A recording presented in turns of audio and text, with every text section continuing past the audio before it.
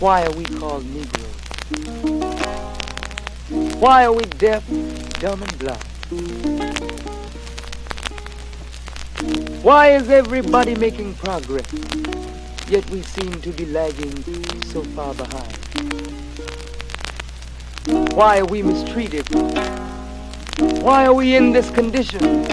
Stripped of our name, our language, our culture, our God, and our religion. Here in America, all of our religious training has been gotten by the preacher. He has told us of a heaven way up in the sky that we can't enjoy now, but rather after we die.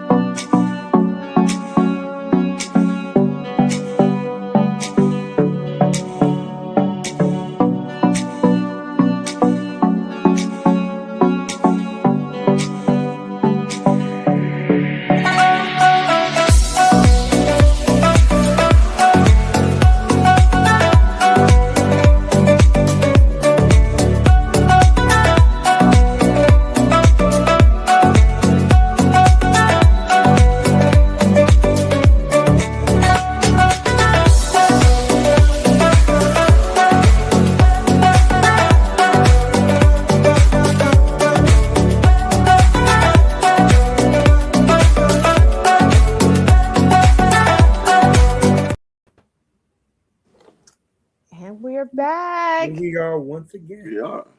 Listen, tearing down this relationship series. I want to first start off in the most holy name of Allah, always bearing witness that there is no God but Allah, and Muhammad is his messenger. I would like to greet you all in a beautiful greeting words of peace in the Arabic language of Assalamu alaikum. Walaikum salam. And welcome to your Thursday night talks, where we're always striving our best through Allah to help save lives and to give clarification to the light therein. Assalamu alaikum, Sister Melanie. Listen, Sister Melanie told me a story. It was so funny. She was like, at 7:30, I'll be at work and I'll be like, y'all need to chill out because my show about to come on. So, so praises be to Allah for Sister Melanie. Love that. And I am not going to belabor the point. This is a part 2 of.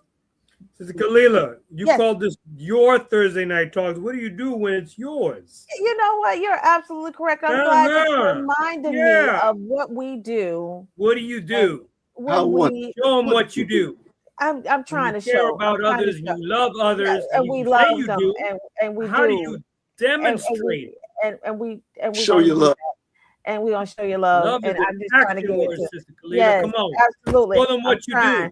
Oh, where's that? You might just have to tell them. I don't know. Where's it at? I don't know. We might have to just tell them. You want to cut? Oh, there it is. There you are. There it is. Copy and paste the URL. You want to like, you want to share, you want to subscribe if you haven't subscribed yet. That's right. Do we charge anything to subscribe? No, not yet. No. Get all the notifications. Sister Kalila, we can't hear you. Oh, I said not yet, not yet. Praise God. All right. Go with that, Sister Kalila. Yes. Yeah, please. I'm going to turn it over to you, Brother Tony. What praises due to Allah? I don't take that lightly, Sister Kalila. In the name of Allah, the Beneficent, the Merciful, I bear witness to the oneness of Allah who came in the person of Master Fard Muhammad, the Supreme Being to whom holy praises are forever due. I am forever thankful to Almighty God Allah for the most honorable Elijah Muhammad, the exalted Christ, and now Mahdi, the eternal leader of the nation of Islam. And I thank them both for the Honorable Minister Louis Farrakhan, the Messiah of Allah's Christ, in our midst. In their divine names, I greet you in peace. Assalamu alaikum, which is a prayer that we bestow on each and every one of us that expressed that greeting. It is a prayer, dear family. And right now, if you're hearing it, we're sending a prayer to you. We are wishing you peace. Peace be unto you. Because the condition that our people are experiencing right now is anything other than peace. So that is the greatest greeting that we could bestow on one another. It is a prayer, in fact. Dear family, welcome to Thursday Night Talks, which is spearheaded by the 7th Region Coalition to Help Save Lives. We were assembled in the midst of the pandemic back in right after July 4th, 2020, following the criterion message of the Honorable Minister Louis Farrakhan. We were in a pandemic, we could say a virus that was going around, but there's still a pandemic of misinformation, a pandemic of white supremacy, a pandemic of us not being able to think properly and act properly. And we come to organize and mobilize so that we can have right guidance.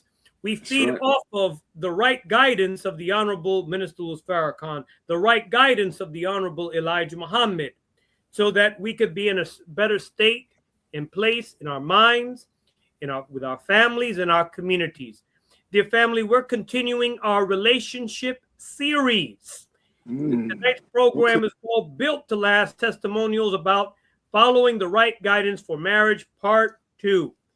And tonight, the ministry, out of the 9 ministries given to us by the Honorable Minister Louis Farrakhan that we are focusing on, is in fact the head ministry, which is the ministry of spiritual development, which lays the base for any activity, really, that we engage in, whether it be in business, whether it be in agriculture, whether it be in anything. The ministry of spiritual development lays the base to it all. Education, everything, with everything, the ministry of spiritual development lays the base. So this ministry bears the responsibility for assisting the individual member of the community in the process of heeding truth and right guidance. Respect, honor, and obedience to the authority of the Creator in all aspects of life are essential to peace, harmony, freedom, justice, and equality. In the words of the Honorable Minister Louis Farrakhan, self-development is an absolutely essential component of this microcosm of the new world. It is not enough that we grow horizontally through the acquisition of farms, factories, banks, industry, trade, commerce, money, good homes. All that is necessary. However, horizontal growth alone is death. All dead things are on a horizontal level. Therefore, we must grow vertically, grow in uprightness, or we will be overcome by our horizontal growth. The foundation of this ministry are study and training units designed on the guidance of Allah God to produce self-examination, self-analysis, self-correction, and to quicken in each and every one of us the self-accusing spirit. For it is only when we are awakened morally that we have to face the self-accusing spirit that leads to our resurrection. With that, Student Minister Mark Muhammad, I will pass it over to you, who will be introducing one of our esteemed and honored guests. Thank you, my dear brother. Assalamu alaikum. Wa alaikum salam, sir.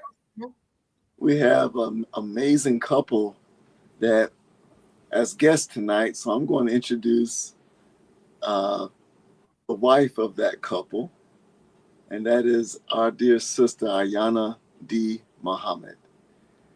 She is a social studies history team leader and curriculum developer. She is an awarded educator with over 20 years of experience in the classroom. She is a certified teacher who has taught within both the public schools, Muhammad University of Islam, and as a homeschool instructor and tutor. She has taught a variety of academic levels ranging from early childhood learning to high school, but specializes in middle school core subjects. Sister Ayana demonstrated her love for education at a young age and has poured her gift into the Nation of Islam by contributing to development of workbooks and courses for the MGT and GCC. Go ahead. Ayana's passion for education is her driving force in the world and life purpose that she shares enthusiastically with her community, both at home and at large. So that is our dear sister, Sister Ayana Muhammad. Brother Tony? Praise be to Allah. And our other esteemed guest is her husband, Student Minister Abel Muhammad. This is my brother. I've known him since Savior's Day 2000. I remember that Savior's Day vividly because I didn't purchase any gloves that Savior's Day, and I thought it wasn't going to be that cold, and my brother kept on offering me his gloves. That was the first time I met him. Nice. We got into beautiful conversation that Savior's Day. So our beloved brother, Student Minister Abel Muhammad, he was born on December 13th, 1974 in Chicago, Illinois. He is of Mexican parents from Querétaro, pronounced Querétaro. I want to make sure I pronounce it properly. Mexico. Student Minister Abel is a true son of the Latin American immigrant experience.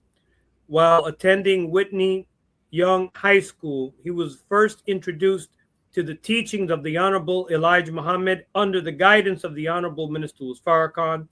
From the moment on, Brother Abel intensely researched the teachings of the Honorable Elijah Muhammad to see where the Latin American community fit within its message, carrying the principles learned into his activist work. After much study, he became a registered member of the Nation of Islam in 1998, where he quickly rose through the ranks as a drill team member, lieutenant, and eventually joined the ministry class at Mosque Mariam, the nation's flagship mosque. Yes, it is there where he showed his gift of being able to address both Black and Latin American communities, forging unity between the two. Student Minister Abel has a unique insight into the issues of the Latin American community, having served as director of Centro Sin Fronteras Immigrant Legal Assistance Program, working for the Puerto Rican Federal Affairs Administration's voter education campaigns, and traveling to Cuba with Reverend Lucius Walker and Pastors for Peace to deliver medical and educational supplies. Student Minister Abel was also a part of the campaign to free Puerto Rican political prisoner Oscar Lopez Rivera. He has spoken at churches, mosques, universities, community gatherings, and numerous panels about the need for the unity of oppressed people and a collective demand for social justice. Student Minister Abel has been married for 25 years and has 4 beautiful children with his lovely wife, Ayana. He is a student minister of the Honorable Minister Farrakhan and is based out of Mosque Mariam in Chicago, Illinois. Please welcome Student Minister Abel and his wife, Sister Ayana. Bring them on. Bring them on. Bring them on. All praises be to Allah. Good to see everyone again. Yes. Walaikum salam. It's good to be back with our brothers and sisters here and those who are watching via YouTube, Facebook, and wherever else you may be catching this. We appreciate the great honor and privilege to be back with you one more time. It is a great honor having you, bro. To Allah. Yes. Praise. So I know that the you know how it says X marked the spot. You have definitely marked the spot for the last show that you all was on. And when I say it was like we had over 7 extra questions from the audience, in addition to other questions that we had for you. So I know we don't eat popcorn, but for those of you who who indulge, you know what I'm saying, just make sure that you don't eat the kernels, right? So Right. so again, I want to thank you all for your presence, because it is definitely truly a present for you all to be on the show. And I just want to also just highlight basically what we were already discussing and just get right into what we stopped with, but kind of want to just give a feel on why this is called Built to Last. Now, in marriage, what does it mean by marriage being half of one's faith? That's the first question. The second question is, what happens when you get a divorce? Do you lose half of your faith? That's big. We just gonna dive right in. This is no pool action, no. That beautiful saying attributed to Prophet Muhammad, peace be upon him, that marriage is half your faith. And then we've also been taught that by the Honorable Elijah Muhammad and the Honorable Minister Louis Farrakhan. It makes us and forces us to define our terms so we understand this correctly. What is marriage? And what is faith?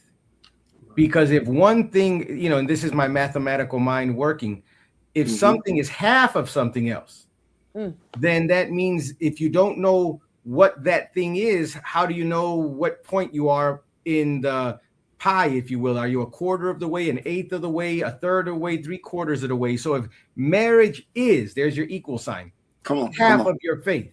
We can set it up as an equation. M is equal to 1/2 of F. Yes, sir. How then, what is faith and what is marriage? That it would compose that half of that. Marriage is when two things are brought together that were not together. To marry something means that you combine things that were not combined naturally or at first. So now, what is it about that process? And it is a process. Marriage is not wedding. Wedding signifies beginning of marriage. And that's where most people get, I think, tripped up. They don't know what the marriage is, so they go into it really ignorant. So if you went into it thinking marriage is when I have babies, no, that's not marriage, because a lot of people have babies today without marriage. So that's not the why of it. Marriage is that you're going to enter into the most sacred of all institutions that Allah God has established. And if you see it as anything other than that, then you will not be able to stay in the walk or understand that it is in fact a walk of faith. Because if Allah God is involved in establishing this institution, and he is, and if it's the most sacred of all of the institutions that he's established, and it is, because that's what the Honorable Minister Louis Farrakhan has taught us, then marriage is actually entering into with a partner. That's where the other half comes in, the half of it. You're now trying to become one with another being that is not you and you are not them. But you have taken a vow now to strive to stay on the path to become one with them. Well, how does that and what does that have to do with faith? First, the institution that you're entering into is established by God. So if it's established by God, only those who believe will see it properly. And only those who believe and have faith will want to even take on this instruction from Allah God. Once you've recognized the divinity of it, now you have to take it more seriously. You can't be romanticizing about it, oh, it's going to be so perfect. No. What is perfect with Allah, except that which stays with Allah as He nourishes it step by step, stage by stage, till it reaches its eventual perfection. So it's a walk just as we're striving to meet our Lord. He gives us a help meet to help us meet our Lord. So it is path. Without that other person, we'll never make it. So then it's not that it's a cold, hard 50% number, but meaning that you don't even have the other part of what you need until you enter into this. And if I can say this, I had looked it up just a second ago. In the Holy Quran in chapter 30, starting in verse 20, there's a list of signs that Allah gives. And the second part of it in the 21st verse says, and of his signs is this. See, a sign means nothing if you don't believe and have faith. You'll miss the sign. Because a disbeliever is not looking for Allah's hand, for Allah's signature, his sign in all his affairs. They're just looking with their eyes. Ooh, she looks good. Ooh, he looks good. Ooh, he has stuff. He can take care of me, quote unquote. No, he can't. Not if he doesn't know who Allah is and who your creator is. Come on, man. So it says that of his signs is this, that he created mates for you from yourselves. That you might find quiet of mind in them, and he put between you love and compassion. Surely there are signs in this for a people who reflect. If you're not reflective, you're not feeding your faith. Come on. If you don't have faith, you're not even looking for Allah's hand. You're just choosing, and we're choosing. Ooh, she looks good. Looks good based off what? What's your standard for goodness? Come on. Is it the filth that you were fed in the media of this world ruled by the synagogue of Satan? That's what you're basing your assumption off of?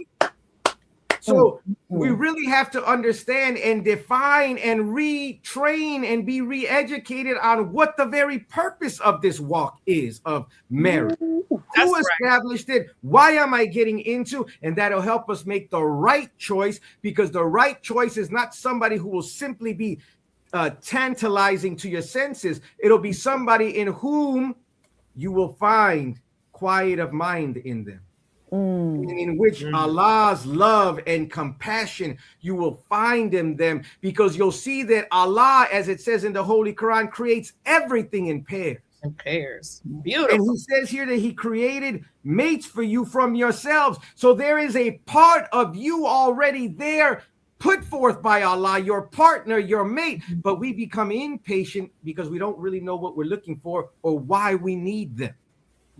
So once we know the why and have defined the purpose, now we can start getting into, I understand how this is half of my faith, because I cannot do this on my own. Right. And if I'm going to walk with Allah, who's going to try me like nothing I can ever imagine, then if I can't keep my word to him about the mate that I believe he made from myself for me as my helpmeet and partner, if I can't keep my vow and stay in the struggle with the one that I see every day, how am I possibly going to stay in the struggle with the one who I don't see every day? Come on, beloved. The faith is established when you understand the reason and purpose, I believe. Praise. Thank you. Man, look, y'all friends, family on this podcast. Since Diana was bearing witness, I'm ready to say something. I was gonna ask you the same question, Diana, but I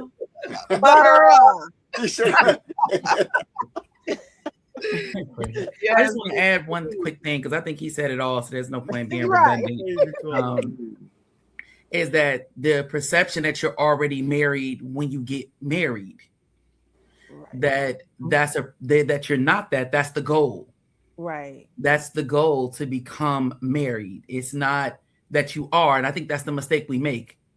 It's like you said. I was thinking about the second. It's funny because I was thinking about that second part of that concept of, have I lost half my faith if I divorce? Well, you were on the road towards that, and you just abandoned the process. So it's not that you lost in the sense of, because because we don't fully know who we are, Allah, he permits divorce to happen. That's the thing. He does permit divorce to happen because we make choices out of different motivations. That Allah is not always present in those motivations. So when he permits divorce to take place, and of course you can be a faithful servant of Allah as a single believer, of course.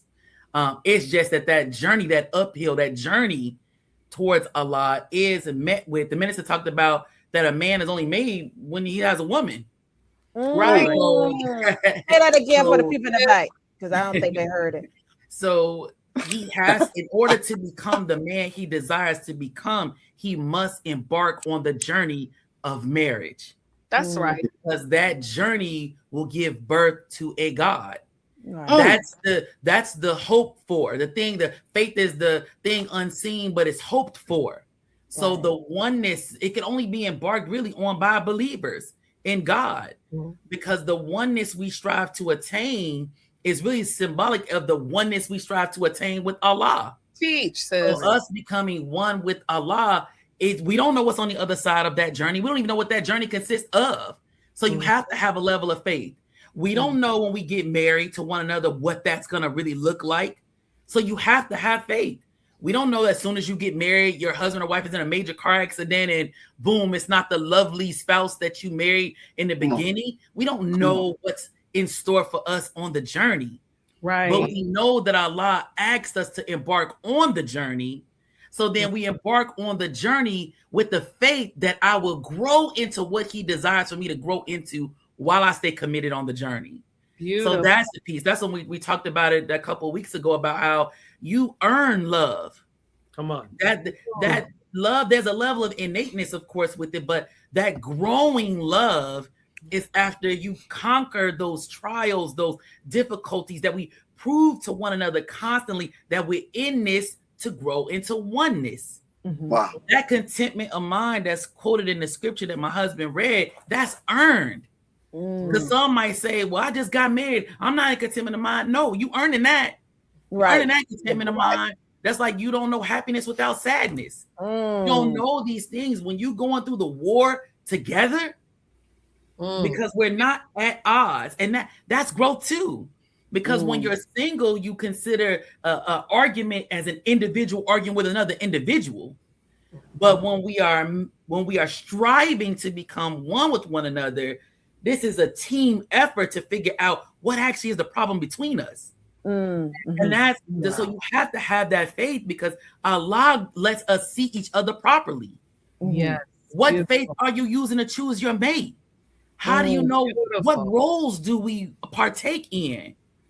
Faith defines those roles. Our faith, our belief system defines those roles. So when we abandon ship in divorce, sometimes we have to recover. We have to assess the accident. We gotta clean up.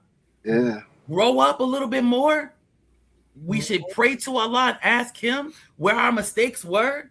Atone to Allah in those journeys, and get back on the horse. Preparing ourselves for the union. Preparing ourselves for the union. So that's, this one I wanted to add to that. Yeah, beautiful. On the second part of that, which my wife beautifully, I think, gave everything on here. That word divorce, right? When we're looking at what happens there, it's not a condemnation, because my wife just mentioned we're in a world that does not value family and marriage. As a matter of fact, Satan's attack is against that very cornerstone. So in the book of Revelations, you read about a woman who's pregnant. She didn't get pregnant by herself. That's a relationship there. Right. And look at the dragon is waiting, not on the father, not on the mother, the child that comes forth from that. So it shows us the great value of this institution and what can be produced from it. A God, the God, comes from that, right? When it's done properly. Does that mean that the parents do everything, quote unquote, perfectly? No. What is perfect? See, it goes back to us. We have to make sure we define and clear our terms before we start acting. The Honorable Elijah Muhammad said, think 5 times before you speak. Well, if that much thought has to be given to a word said, how much more should we think before we act and do something? Because if we're not thoughtful, we become thoughtless. If we're not considerate of these things. So many times, even though, and I believe we talked about it a few weeks ago, divorce, there are reasons for it. There's always a justification for it. Yes, sir. But in truth, if we're honest, most of the times when we get into that predicament, it's because we are now catching up with the truth, which we tried to ignore when we first saw it. My God. And this is why atonement is key. Because sometimes we want what we want and we're just tired and low. See, there's our faith being tested. Come on. You hold on to the promise of Allah. Well, I know the minister said he makes men and women every day and there's new, but I've been here 10 years. Yep. And you're going to mess up a 10-year wait and now become desperate and not want to wait anymore. Another year, another day. You don't know. See, this is where faith comes in. Yes. I know Allah, what I feel is right. And we still have to, while we're single, we're developing our relationship with Allah. You can't start it when you get married. You're in trouble at that point. You're already starting at a deficit. I play catch up. Yeah, you got to be as whole as you can as a believer. And you're looking for another whole believer that complements you. But the more void you are, the more unaware you are of aspects of yourself, then how do you even know what you're looking for? See, come on. We cannot start wrong and think we're going to get right. Right. Not when we know better. No. We have to decide. You can't. You're 40 now. You're 50 now. I know the door starts to look like, I don't know, maybe there's nobody for me. Come on, talk to us. You can imagine what Abraham's wife felt like. Come on. Woo! Sarah. Sarah. She laughed at God. Come on. She did. What is he talking about? I'm old. Don't the Lord know I'm old? The Lord knows. And the Lord knows his will. And he knows what he promised to each of us, but it will be tested. Some get married at 20, 21. That's beautiful. But I've seen some get married at 60. And 70 for the first time. Yes. And they're like little children again. Yeah, exactly. Yes. Some getting married 5 and 6 times. And we got to look at that carefully. Because something is off in our choice-making process. Which also means something is off in our walk of faith. Because Allah should be intimately involved in our choice. Since he made mates for us from ourselves, then we should be conferring with him. Allah, this looks good, but is it what you want for me? Beautiful. And then don't be afraid of the answer. Right. Praise be to Allah.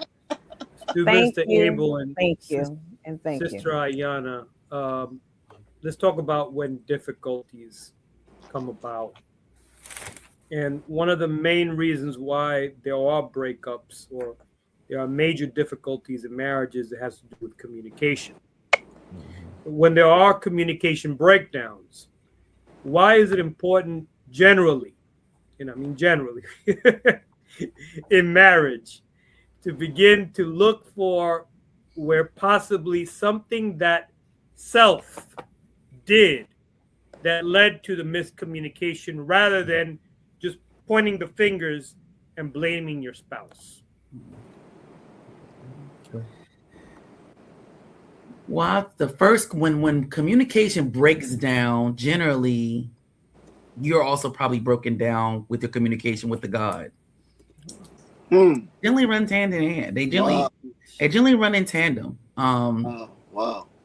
Maybe life has gotten busy, and so then we sometimes put Allah on the back burner because we're making it happen, And in the making it happen, sometimes it can get in the way that communication can be neglected or lacking or not in touch with one another. But generally, our communication is already broken down with God. So the first thing when we notice that the communication is not working or we're not firing off at all cylinders and we're clashing, is to pause and go to Allah. Because you cannot make another human being do anything.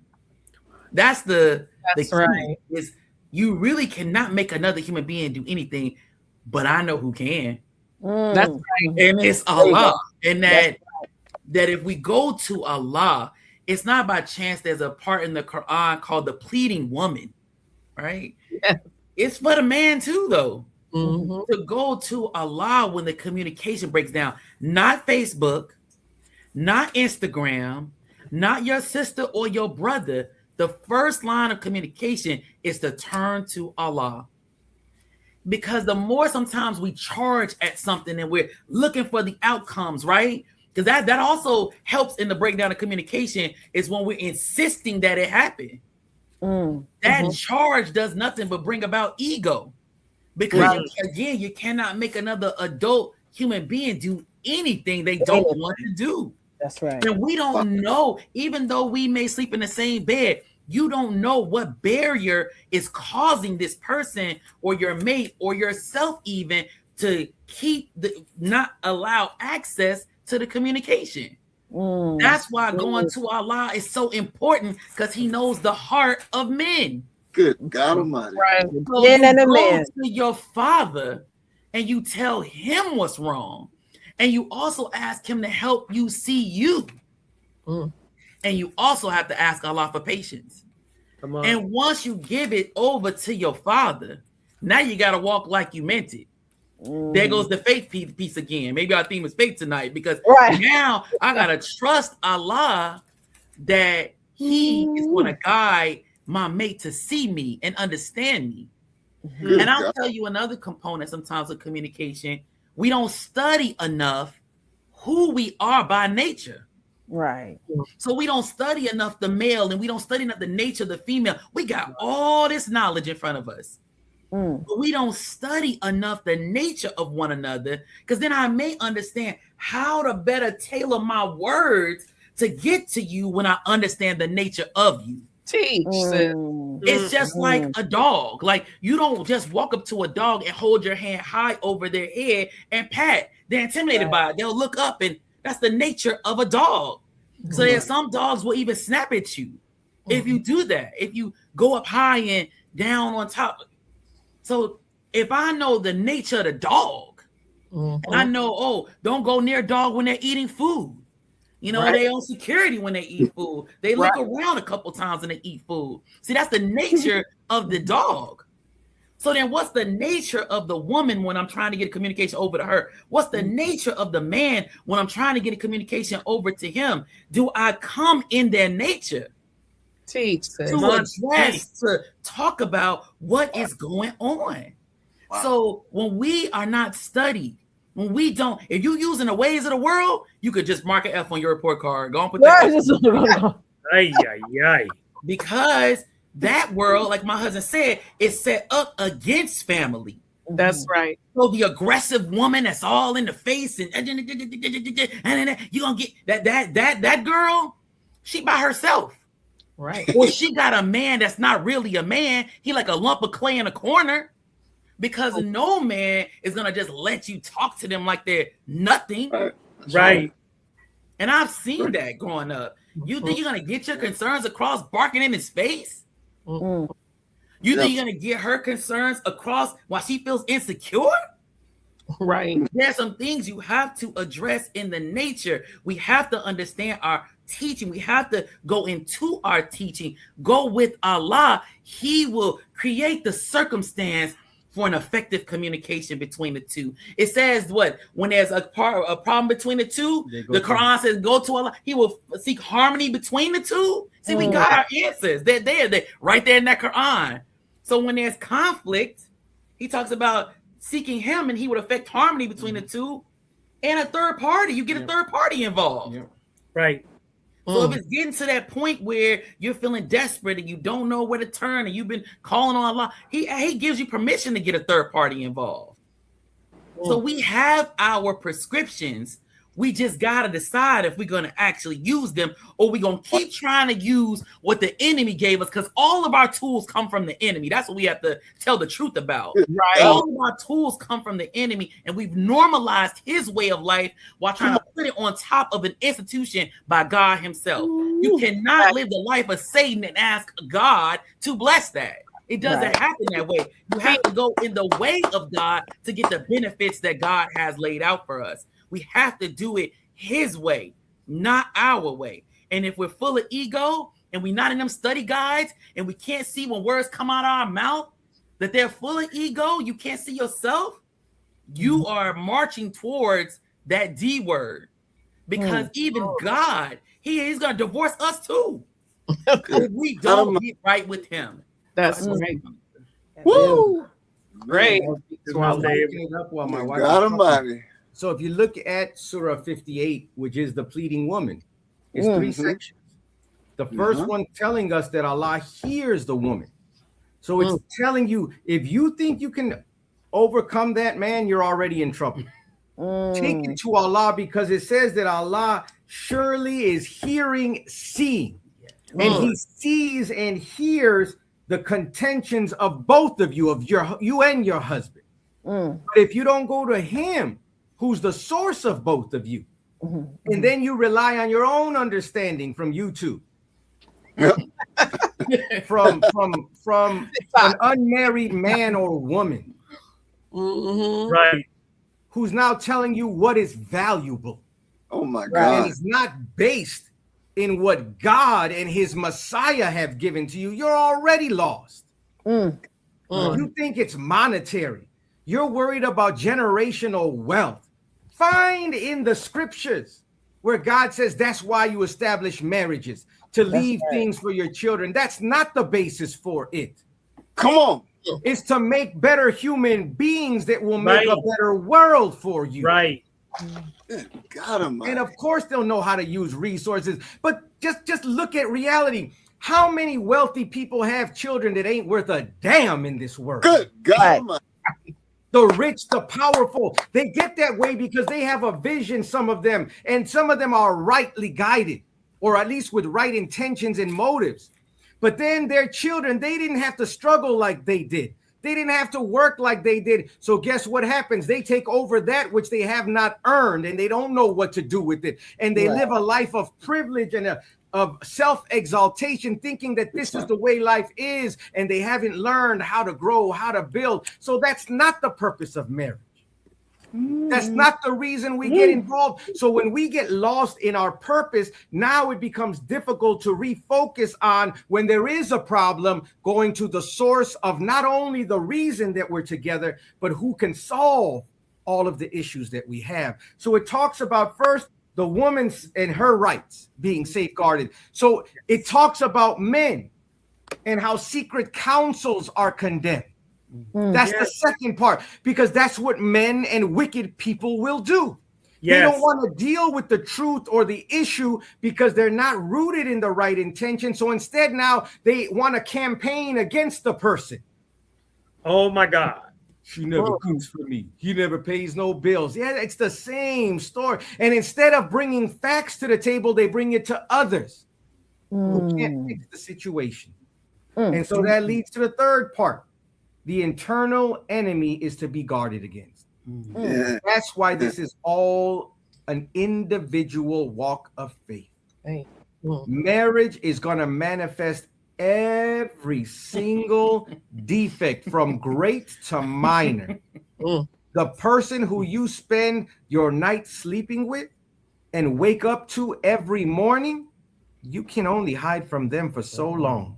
And it's a sign, because there's a God who sees all and hears all. You think you can hide from him? Never. So how could we think we're going to hide from the eyes that see and hear everything that we're doing? And the Honorable Minister Louis Farrakhan said there's no such thing as a stupid woman or a dumb woman. So that already tells you, brother, if you think you're pulling something over on them, you're just fooling yourself. And why? Let's look at the motive and intention. See, this is why it says Allah sees and Allah hears. He sees into the heart. He looks into our motives and intentions. What would make you want to trick your wife? Right. What benefit is in that for you to trick her? Oh, she don't need to know. There are some things that you have to measure how you'll present for sure. But to hide with the desire to deceive and mislead, that's a different intention. Only the devil makes promises that they don't intend to keep. See, are we playing the role of the devil in the name of God and hiding behind that beautiful religion that he's given us that tells us in the Quran, wives, and in the Bible, obey your husbands? The Honorable Minister Louis Farrakhan clarified that she's not obligated to follow us or obey us in that which is against her religion. That's right. Or against what is right and good for her. So see, this is a great balance, and that's why people don't like marriage. Because we're used to running game on one another. We're used to just, being with one another in a way that allows us to have false communication, which is not communication at all. Right. Communion, communicate. We're getting into unity by comms, by words, by interactions that come and bring us together into unity. And to be in the shun means to be in the state of talking to unify, meaning that we're trying to become of one mind, one accord. How can we do that and be out of accord with the one whom we said and take our vow that we are going to bow and submit to do his will? Of course we're not going to. If we're struggling there, to go all the way back to my wife's original point. So the Quran tells us that we have to keep our duty to Allah first. And whenever there's a breakdown, it's not her or him you have to look at, itself. Because Allah's manifesting something that's broken down between us and him from both the male and the female perspective. Awesome. If I may, because Sister Ayana mentioned earlier about social media, and a lot of us get into trouble going onto social media trying to just air some grievances there, and we may not be even talking about our spouse, but we're talking about them, and what kind of division is that causing in the house? That's not real communication. That's right. That's causing friction. If there's already friction there, you're intensifying the friction and expanding that friction. It's actually vanity. Come on. It's vanity at the root. That's why you post it. Right. It's vanity. I want attention for my stuff. I want the co-signers to come in, to come in and validate my position. It's vanity. Do nothing for you. It's vanity. It's vanity. Wow. Well, you all are touching on something that was on my mind. But before I say that, what you've heard so far from Brother Student Minister Abel and his beautiful wife, Sister Yana, Brother Minister Abel gave the or officiated the wedding of Sister Rashida and Brother Hannibal. Congratulations to them, a shout out to them. But what you just heard from him is what we had the wonderful opportunity to hear when he officiates. And I'm saying it now that I really believe he is the best officiator of a wedding I have seen in this nation. So you need to contact him or his wife to book it. He's about to get booked up. I'm trying to tell you, you may not even have any time to do any weddings, but I mean, it was so good. You felt like you were on a Sunday and you wanted to bear witness, but it's a wedding, so you're supposed to be quiet because he's officiating, right? So you just sit there like, yes,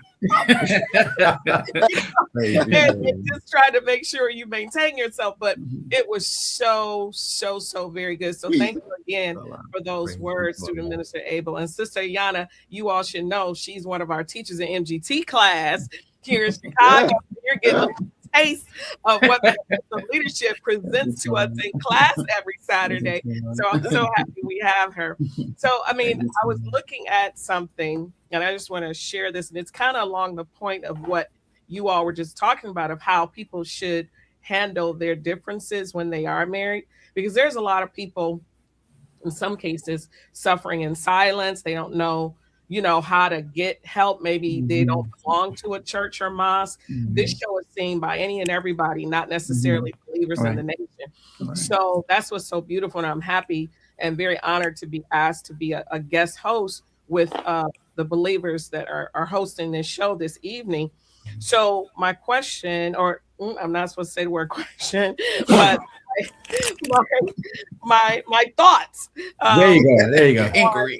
Great question. Curious thoughts. Yeah, let me recover. My thought is on the Teachings 2.0. I love that little book because people got a chance to say what was on their mind, present it to the minister, and he responded, right? So volume 1, pages 121 to 122. I think that's the correct one. Okay. So it says, do you represent, this is someone posting something on their mind to the minister, the Honorable Minister Louis Farrakhan. It says, do you represent Black people or innocent people without a voice? And he responds, I must first represent the voiceless among our people, but it cannot stop there. We must represent the voiceless, no matter where they are on our planet. Then we will be truer representatives of God. I believe that's what we've been hearing today, is the representation of the voiceless. And so with that said, in my book, Relationship Talks, I have a whole section on scenarios, right? And I came across this scenario that was really kind of heartbreaking, but at the same time enlightening, because in my mind, I'm thinking, is this what people are going through? Like, this is what's happening, you know, in marriages. And so essentially it was a married couple, right? The wife had decided to move in the mother-in-law, and this is without discussing it with her husband. And to make matters worse, the mother-in-law doesn't get along with the husband. You gather all of this from the video, okay? And so her son-in-law brought that to the attention of the wife. I was like, why would you do that when you know we don't get along or whatever? So in the course of their conversation, he did offer to move the mother there, which kind of gave you the impression that the mother lived in another state. He offered to put her in a hotel until they can find senior housing. She was like, absolutely not. Put my mother in a hotel? No. Or, you know, help her get set up with a family member, like another family member. I'm not putting my mother off on other people.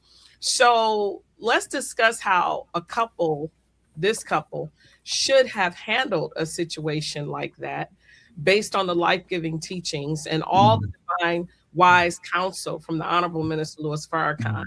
And my question, or my thought to Student Minister Abel, if he could respond to maybe how the brother should have responded, and Sister Ayana, if you can respond to how the sister should have responded with regards to what's the best solution that can establish peace in the home. And I use this scenario because it was with the mother-in-law, but we can take the mother-in-law out and put a different family member in, a brother, a sister, a cousin, a best friend, like doing something like that. And you didn't talk to your spouse about it. How should they have handled themselves as a husband and as a wife? Well, I would never move anybody into my husband's house. I mean, and they don't get along. I'm gonna just say that. Now, unless you want hell. One of the things, I guess, if I look at it from the angle maybe of an only child, where if you are the only child and mom is sick, I'm thinking of, because there's so many nuances in that scenario. So I'm gonna add a little bit more depth to that. Of, you know, what if mom is sick and I'm the only child, but my husband and my mother don't get along, but I'm responsible for caring for her. Truthfully, he gave a few viable solutions to that. But the other part to that is an atonement between the mother-in-law and the husband beforehand, because you don't want your mother disrespected and you don't want your husband disrespected. And if it's imperative that mom has to move in, before mom moves into anything, I have to put an atonement out there between mom and husband so that they can air out their things before there's any kind of move. And maybe even mom might get a revelation like, no, that's not what I want to do really, you know, but it has to be an atonement to address the grievance. So I would set up an atonement between my mother and my husband to have a conversation so that they can air out their offenses. Because the minister said, but 90% of our problems are misunderstandings. So most of the time we just don't talk. And we usually talk at each other, or we talk to other people, but we really don't talk to people we have grievances with. If that could not be established, a peace rail, I would have to put, and I love my mother and I care for my mother in our home.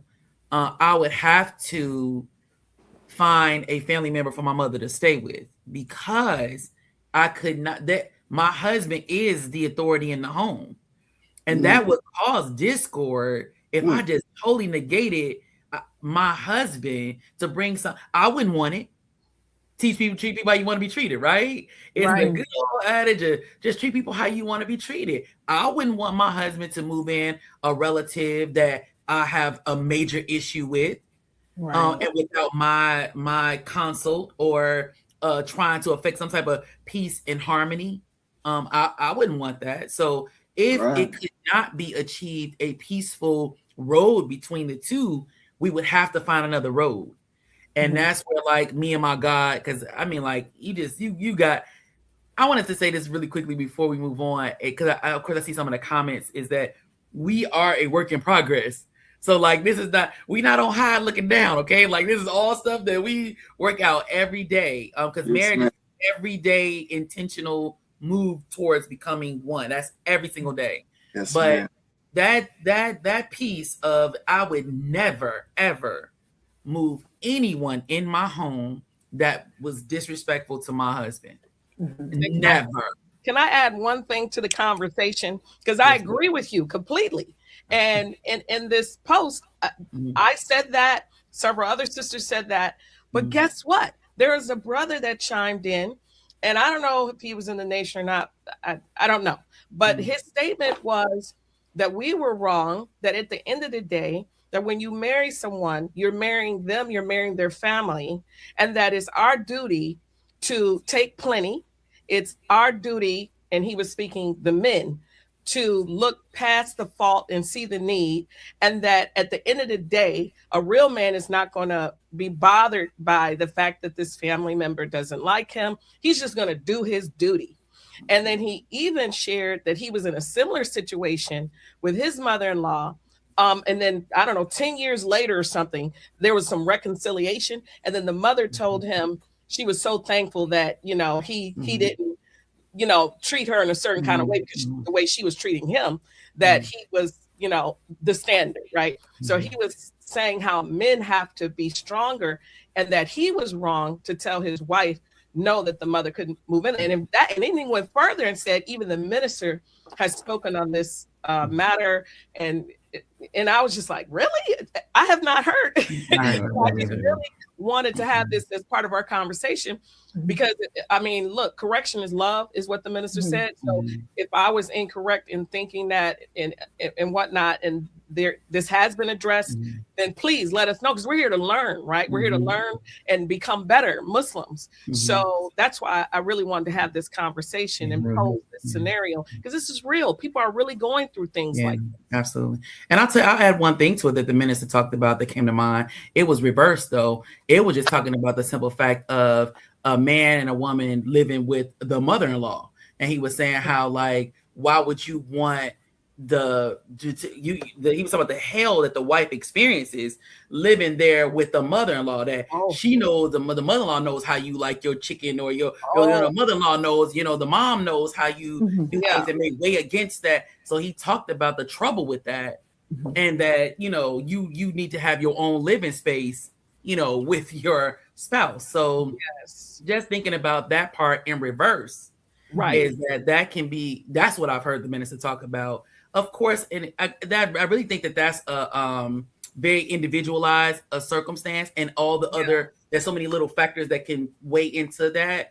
I just, on a general basis, though, you don't ever want to invite hell into your home. Exactly. You never want to invite hell into your home. You have children there, you have your husband there, and truthfully, that, like I said, if they're usually other resources. They're usually other resources, and that you can actually orchestrate to get those resources, which will probably bring your mom peace too, to live in a space where they could be separate from the, they obviously don't like that person. So they, to give them some space that they could be themselves as well, is an important component. So that's for me on the sister side. I know. Yeah. And thank you. I think it's a very individual question for different circumstances. There's so many variables, right? Right. Of course, the key would be if it is, let's put it in a vacuum and say it's the only solution is for her to come here, or we got to put her with some other people at a home or something, right? And you have a dutiful daughter who's like, I don't want to do that, and there is no other family for my mother, right? I think then the first attempt should be then, can I reconcile them, and get my husband to see through communication and through prayer to Allah, to get him to see and ask Allah, is there another way? If there isn't one, I know this is my desire, Allah, to take care of my mother, and I know that that's what he asks us to do in the Holy Quran. Right. But there is some issue between my husband in my home and my mother. Help me to reconcile between them. And if you cannot, then you have to communicate with one another and come to some sort of agreement. I will say this is much of what we miss because we're off on our very concept of marriage. Right. These are the kind of conversations you should be having during courtship. That's right. You're saying, that's right. If you're not thinking long term, that means you're not thinking about marriage, because marriage is the longest term. It's till death do us part. So I don't understand. So me and my wife talked about, okay, if we get pregnant, what's going to happen? Are you going to want me to keep working? That's the individual. I know that the man is supposed to take care of it, but that's not the world we live in. Come on. So Allah gives us, he says, if the woman makes her money, yes, she has a right to it and it's hers. But if she decides to, and you all communicate, and she says, well, I know to afford to live over here or to buy this, you'll need my income, you all can come to an agreement with that. And nobody who cares what anybody else says about it. Right. Allah didn't condemn it. That's his. Allah gives the woman the right to do that. Right. Now, the man does not have the right to demand that of her. But that's what you're investigating in the courtship process. Because the man is accepting a new mother, right, when he gets married. Right. That is not, mother-in-law is not in the language of the Quran. That is the white man's language. She becomes mother of your mother. And the Holy Quran tells us that Allah judges us based on how we treat our mothers and our wives. That's right. Really, it's women, how you treat women, but in particular, those that you're supposed to hold in honor more so because they're the nearest to you. How could you as a man not want to take care of the womb that bore your wife? Whoa! If you see value in her. Teach, beloved. Teach. Now, there are circumstances, however, right? Because we are a messed up people. Yes, it might be difficult if mom stole from you all. If mom was an abuser of your wife, there are so many factors. Come on, man. That's why we can't be ignoramuses and self-righteous. Oh, well, the man is who says you know what a man is? You and I think we know the messengers of Allah, but when we really study them, teach, they may go against what some YouTube, I don't even know what, not even a philosopher, a jerk who has nothing else to do but sit in front of a computer and give attention to themselves. And it tickles our ear. But where is it rooted in? See, how would you judge Job, the righteous Job, whose wife told him to cuss God and die? And he didn't divorce her. Come on. Well, he's a weak punk, no woman. Shut up. You wouldn't even have a woman. That's why you don't have a woman. That's how you have time to pontificate on all of this. Teach. I got a woman. Yeah, let's call her right now and ask her. What kind of man you are? I pay all the bills. You're supposed to pay all the bills. You're supposed to pay all the bills. I'm saying all of that to say this, that since Allah made everything in pairs, what works for you would not necessarily work for somebody else. Praises be to Allah. Yes, so sir. each of us has unique circumstances. And you know what the one constant in every circumstances is? Each individual pair's circumstance has one similarity which makes us equal. None of us can make it without Allah. That's right. If you're the rich man trying to figure out how to not have spoiled children, That's no different than the poor man trying to find out how to make a better way for his children. Different aspects of the spectrum, but it's the same difficulty, because difficulty and struggle is ordained for the human being. That's right. And the reason for it is we have to call on Allah in the circumstance. So if you don't have faith, how are you going to make it through? You're not going to make it through. And you're going to hurt your wife, because she will, without her faith in Allah, succumb to a man who doesn't get along with her mother. But whatever injury she may have, that, or whatever dislike the husband has, this daughter wants to be, faithful and care for her mother like her mother once took care of her. How can you deny that to a woman? By whatever personal hurt or feelings you had. See, but you have to be willing to overcome out of love. This is where love comes in. If you love your wife, how can you tell her you can't take care of your mother? Come on. My God. Not in this house. Well, man, how can you have such hatred and dislike for the womb that bore me? Come on, man. Beautiful. There is something that we have to, and this now becomes an issue of faith. The man has to go in himself and say, oh, God. See, but if you don't have faith, you're not having this conversation. That's right. You gotta have a compass, a moral compass that helps guide you, so that the woman can say, babe, I love you. I know you and mom haven't gotten well, but I can't leave her out there. See, how does a man who loves a woman, how do you shut that out? That's right. See, that's the creative force. All right, so he came up with some ideas. All right, maybe we could put her here, put her there. And when you see your wife troubled by that, all right, that's not even an option. Okay, what can I do? See, that's where love, real love. The minister said, when you got love, you got it all. Because when you will start looking with compassion, with mercy, because where God is, love is. And where God is mercy and charity. And you want to see her happy, and you will reflect when you turn to your Lord and say, well, how would I feel if it was my mother? Right. And that's where I think you cannot escape. If you make it individual, me and my wife, somebody's going to end up hurt. But when you enter and keep Allah at the center of it all, you'll never make the wrong decision. It won't be easy. Beautiful. But either way, it's not going to be easy. Which one is keeping us on the road to get closer and closer till we eventually meet our Lord? Beautiful. Thank you for that. This is such a powerful conversation.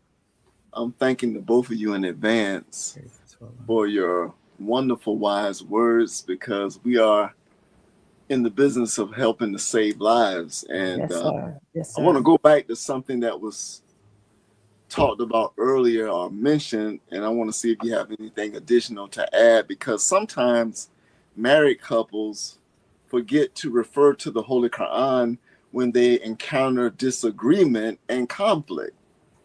Could you please provide, I know you provided some already, but could you provide a few Quranic scriptural references that will provide guidance to married couples when they encounter these vicious arguments? And we as Muslims forget hey, wait, it's a Quran collecting dust on that shelf over there. Exactly. So can you provide some?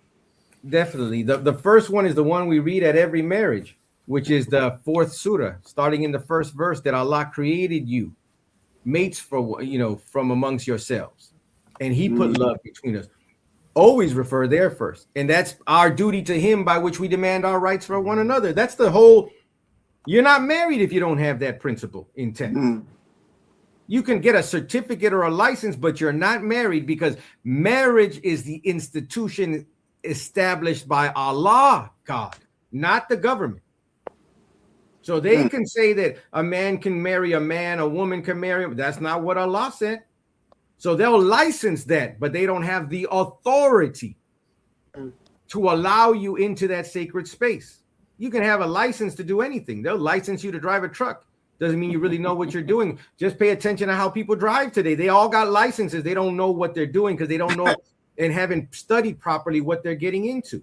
Excellent point. Another place is in Surah 58, which we mentioned, the pleading woman.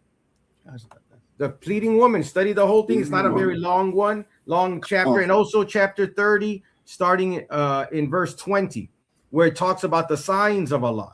And it keeps talking about how he made us from dust, then how he made mates for you from yourselves, then how he has signs by the creation of the heavens and the earth, signs in your sleep, signs in this and that. And there's sign after sign that he's showing us how he takes us. It doesn't matter if you're an individual, if you're a couple, if you're a community, if you're a world, there are signs.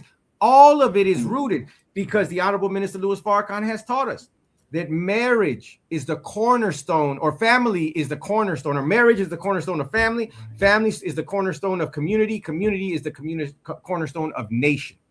So it starts with that individual relationship and understanding, what does it signify? Why are we doing this?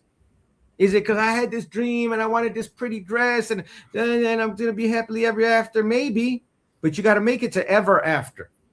Complete your vow. Yeah. And most of us, we want the quick, I'm lonely. That's a terrible reason to get married because you're going to end up lonely. Come on. If you're looking for it. So those to me would be the key ones, the ones you hear at the weddings all the time. And read all of the articles by the Honorable Minister Louis Farrakhan. Just go to finalcall.com and look up the word marriage and look up the word divorce and courtship. We were made to read and study those articles before we got married by Student Minister Ishmael, as he counseled us. And this is key also. Go to your spiritual head, your minister, your pastor, and seek their spiritual guidance for your marriage before you get married, while you're courting, because he'll raise questions that you may not have thought to ask. That question may be wise enough to keep you from making a bad decision. Exactly. Wow. I had looked up the one because it was one I always think of, and that's Surah 8, verse 46. It says, "And obey Allah and His Messenger, and do not quarrel with one another, lest you should lose your courage and your power depart." Wow. And it makes you think about, like, those are the beginnings of the erosion if we don't stop and go to Allah. You know, there are moments in marriage where you are beefing. You know, like you're beefing, you're quarreling, everything is agitating you. But I think if you had in mind what the effect of the consistency of that is, you would try another way because you wouldn't want to lose the power in your marriage. You wouldn't want it to lose its effect, lose its savor. You wouldn't want it to erode the love in your marriage. So when you're constantly beefing, and it does happen in marriage, and you're constantly quarreling or you're constantly arguing, you have to at some point put a pin in it because you have to know that we're losing something in our marriage. Right. We're losing something where it's deflating, and that's why you can look up and somebody 17 years married, they're divorcing. 20 years married, they're divorcing, because when you lose the power and there's no refresher or reconciliation, recovery, now it's just like this stale piece of bread that's just dragging year after year after year after year. That was one of the things, when me and my husband turned 25 years married, I said, I want the next 25, Allah sees fit, to be even better than the last 25. Let's death do us part. Happy, like in this next, horizon of marriage where we're showing the better, what we reap the benefit of for overcoming difficulty, what we reap the benefit of for seeking refuge in Allah. We're reaping the benefit of being people who really strive to believe in and institute what our teaching tells us to do. That's the the piece. So that's one of my favorite verses, because if you just think about the impact of arguing and quarreling, it may make you dial it back just a little bit and say, wait a minute, I don't want that. You'll realize that this quarreling is not leading to the results you want. Right. That's right. So if it's not leading you to the outcomes you're looking for, you're going to have to take that ego and kind of package him up in a pretty box and put him off to the side and figure out another way to deal with that problem, because it is slowly eroding the love, the beauty. It probably filled up the home with tension, filled up the home with discord, all of that. That's one of the ones when you said that I had in my mind of that. And the minister told us, when he tells us stories, it's not for us to be like, tell me more, Father, tell me more of your stories. No, they're life lessons for us to apply. And one of the things he talked about was, in hard times, him nursing his Quran. And, when I was a young Muslim, that was said to us a lot. And I remember being in college, minister even talked about holding his Quran. Can I close it? Mm-hmm.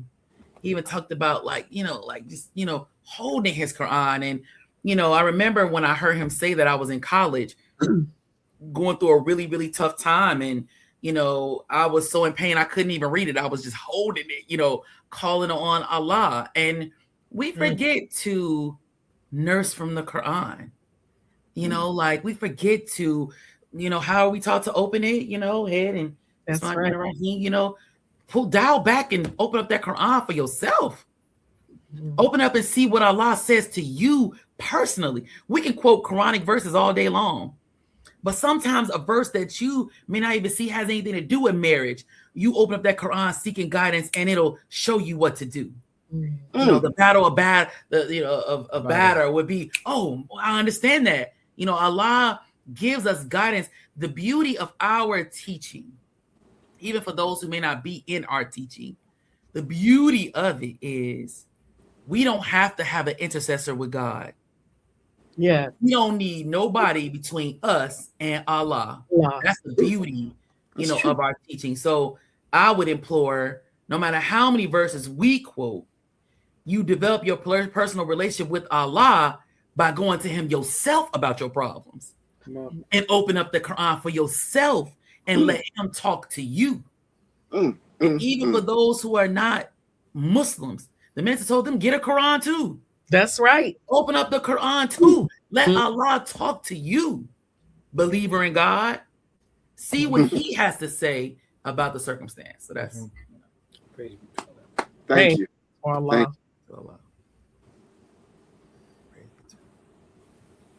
So, listen, I'm taking all kind of notes, y'all. I have about 3 pages too. So, okay, we have dealt with the Quran, courtship, divorce. When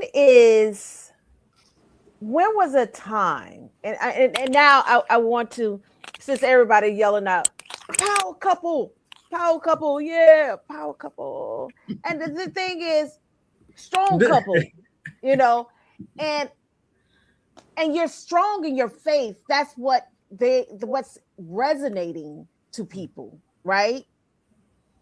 But when was a time that you actually felt your love for each other was stronger, or was the strongest, and why? I'm gonna think about that after each trial. Yeah, I think so. I'm serious. When we overcome odds that we know, people have divorced over, when we overcome those odds, it's almost like a high five between us. Like, right. Wow, I love you, boy. It's like, hey, when you overcome those difficulties, when you it ain't always between the two. Life. When life is looking to knock you on your back, in your marriage, and you lock arms. Right. Instead of, oh my God, wait, you don't have what? But you lock arms. That's, having babies. And, I've fought in every hospital, and we just that, when something is said against you and you find a way to one another, with the help of Allah, and y'all overcome those things. Right? Like that. I would say that that's a constant. You know, it's not something that's instant. Let me correct that. It's a constant though, in the concept of for every obstacle that you fight to overcome, that reward is like, I always be like, man, I always tell him, I was like, I thank Allah he gave me you. You know, like I do, because you know, I know, you know, others who did not pass those tests.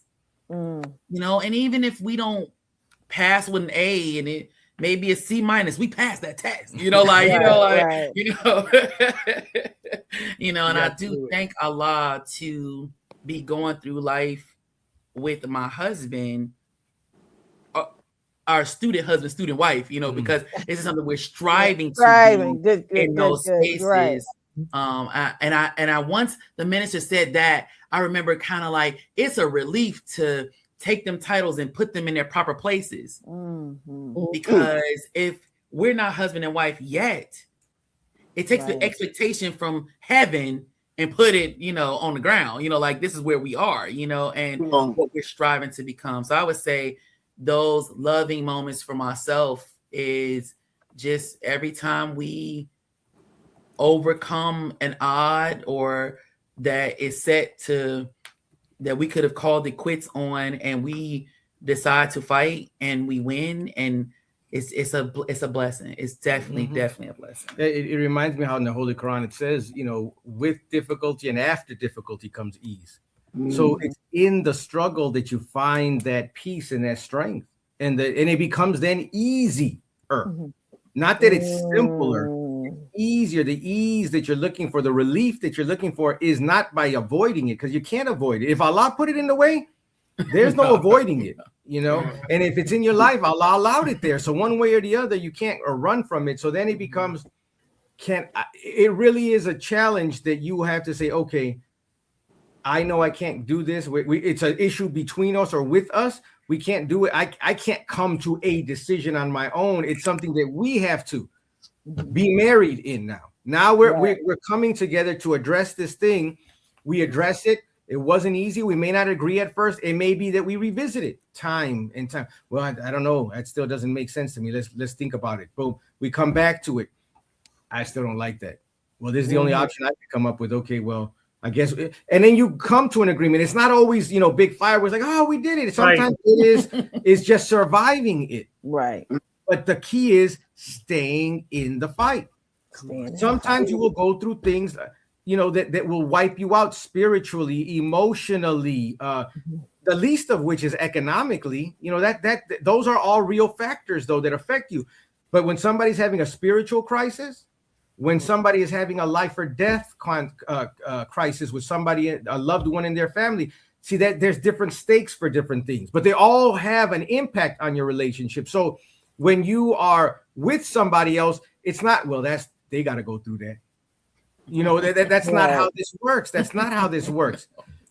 So our vow that we take to one another, sickness and health, whether they get sick or you get sick or you're healthy or that, it's not about just one. It's both take the same vow, rich or poor, in good and bad times. Teach. You're saying whatever happens, we're in this thing together. So how and from where would you get the perspective like, well, that's her issue, that's her family?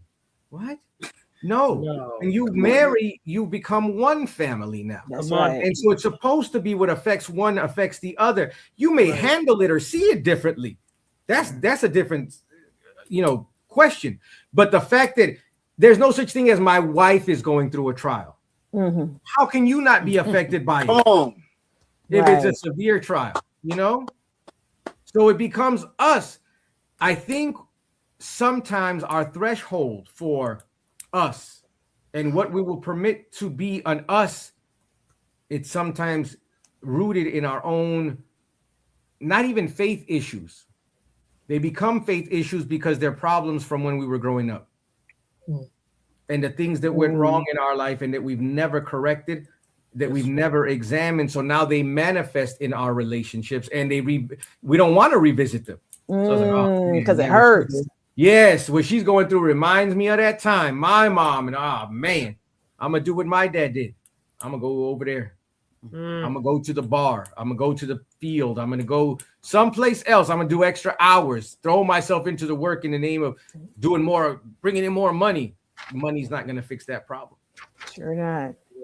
And so this is, I think, those very spiritually, potentially enriching moments where if you have on your goggles of faith to help guide you, you're looking at this as an opportunity. Not that you're looking forward to it, but you see and recognize it. Man, Allah, see, but I see your hand all over this, Allah.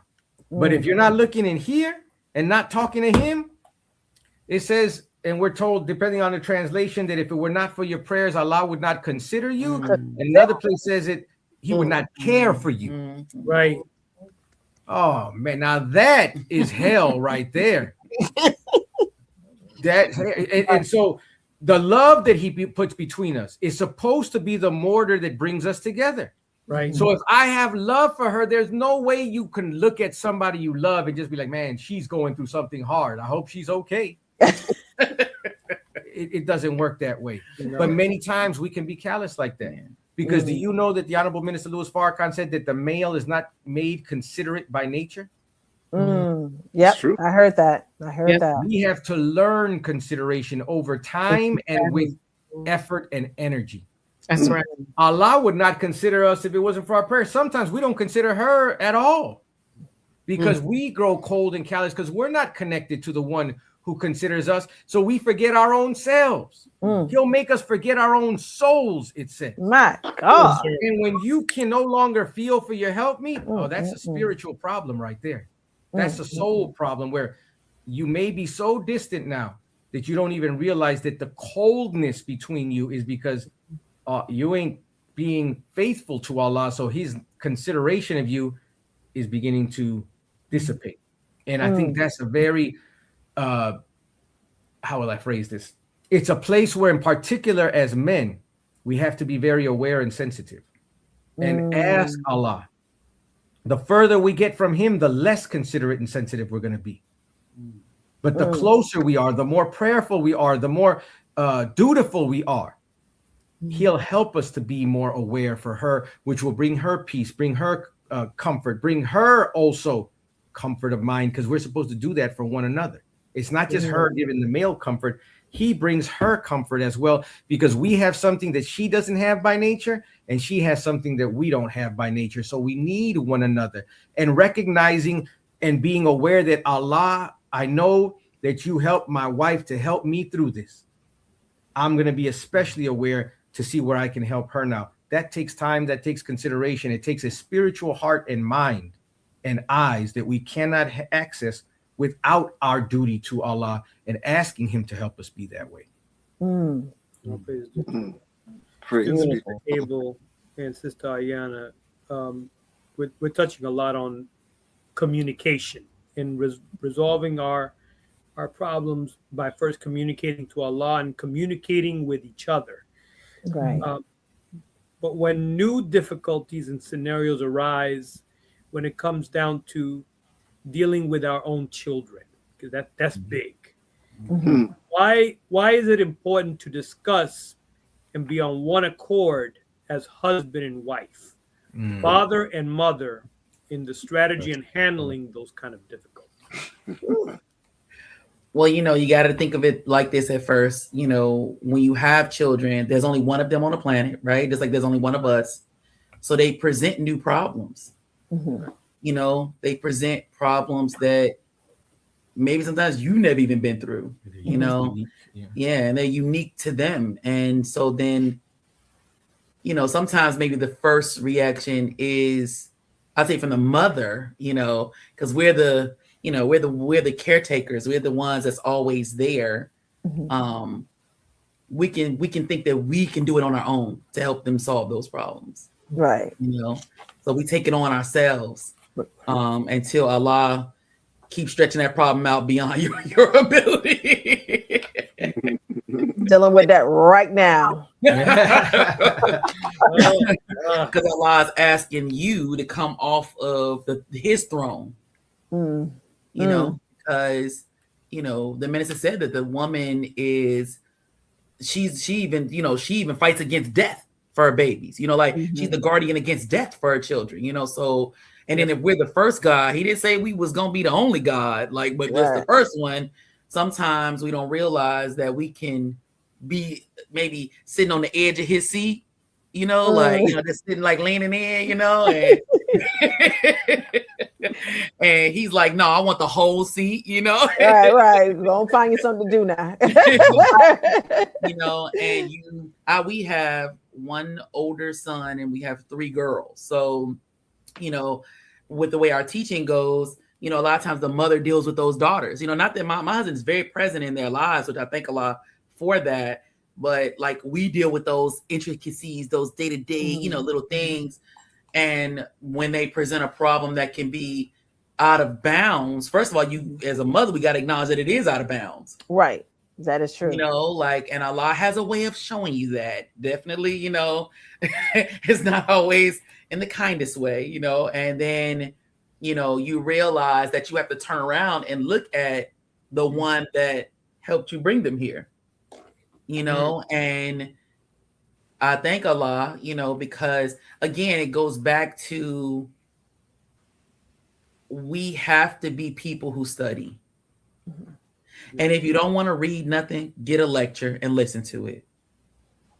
And if you don't want to listen to it, I don't know, have the baby listen to it, because the children will remind you too, I'm just saying, because I think about the minister and him talking about some of us who don't desire to study. But I thank Allah because Allah was showing me the value of the other half of myself. And in that step in the other half, it was great wisdom. And you realize that you now have to step back and let him take the front. Mommy is not needed right now. So that's the assessment is so important of the dilemmas in our children sometimes, is that sometimes it's a moment for mom, sometimes it's a moment for dad, sometimes it's a moment for a unified front. You have to assess which moment this is, which moment. And some moments we've had, it was for him. Some moments we've had, it was for me. And some moments we've had to lock arms, but our children are clear that we are a we. Right. They're clear that we're a we, and we're an us as a unit of family. We're clear that we are a unit of family, so that it's important that we are always self-aware. Because when you're not self-aware, you might just be functioning on automatic pilot, offending everybody and messing a whole lot up because you don't realize children teach you that things expire.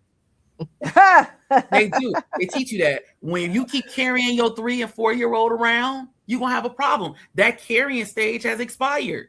Right. The diaper stage, is they still in diapers and they 7, it's expired. And children teach you that things expire. And that if you don't evolve or grow or assess the situation and adapt, you are going to be unjust. That you have to move with the development of your children. That's the same in marriage. It's the self-aware. And I'm telling you this stuff from just analyzing myself, because I don't want you to think she just automatically got that. No, I did not. It came from being self-aware of oh my God, wait. She don't hear nothing I say no more. I am no longer, the favorite parent. This is true too. Where there's a perception there, we nurse, we do a whole lot. That duty is serious.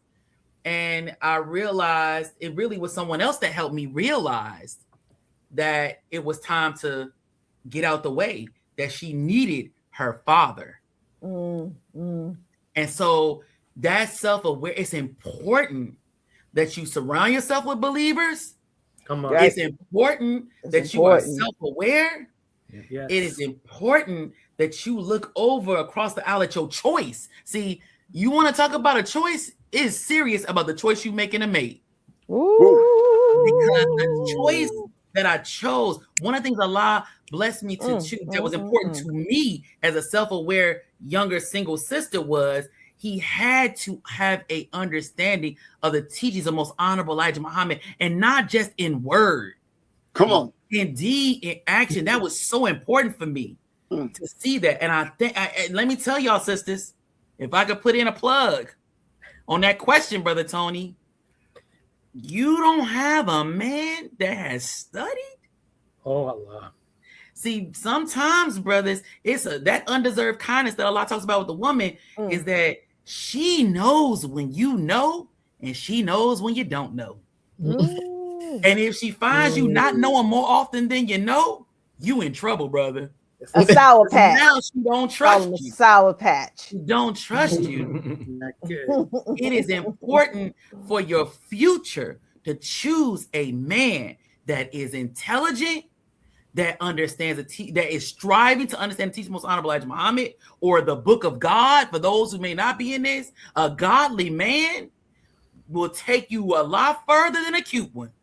And I'm telling you, a godly man, my husband, was key in the arrangement of as our children were growing and going through their own trials and that mind.